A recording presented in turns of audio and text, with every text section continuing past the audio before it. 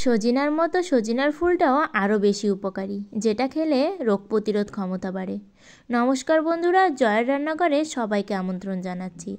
সজিনার ফুল অনেকভাবেই খেয়েছি, তবে আজ ভাবলাম একটু পকোড়া বানিয়ে খাই, দেখি তো কেমন লাগে। এটা কিন্তু ভীষণ মজার খাবার, তাই আপনাদের সাথে শেয়ার করতে চলে আসলাম।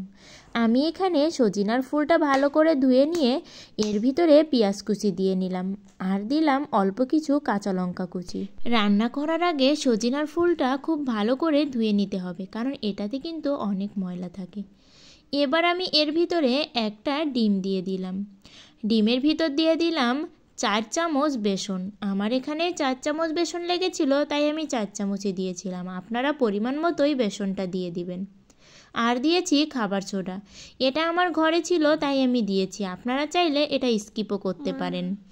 এবার দিয়ে দেব পরিমাণ মতো লবণ, আর দেব পরিমাণ মতো হলুদ, দিয়ে অল্প পরিমাণে জল দেব।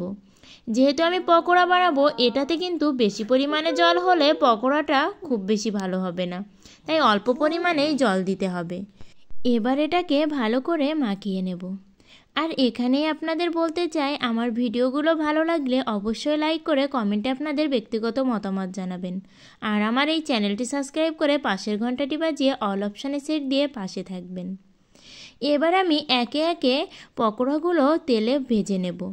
সজিনা গাছের কিন্তু সব কিছুতেই উপকার, যেমন এর পাতাতেও উপকার, তেমনি ফুল, তেমনি কিন্তু সজিনাটাও ভীষণ উপকারী, কারণ এগুলোতে রোগ প্রতিরোধ ক্ষমতা বাড়ে।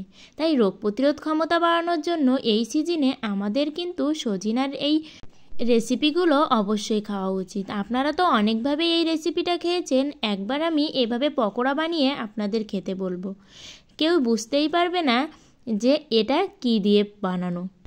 আমি এভাবেই সব পকোড়াগুলো লাল লাল করে ভাজি করে নিলাম। এবার সস দিয়ে খাওয়ার পালা। এটা যে এতটা মজা হয়েছিল, সত্যি আপনারা না খেলে বুঝতেই পারবেন না।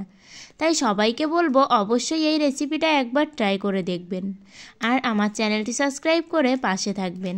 সবাই ভালো থাকবেন, সুস্থ থাকবেন, আর নতুন নতুন রেসিপি পেতে অবশ্যই আমার ভিডিওতে লাইক করে যাবেন।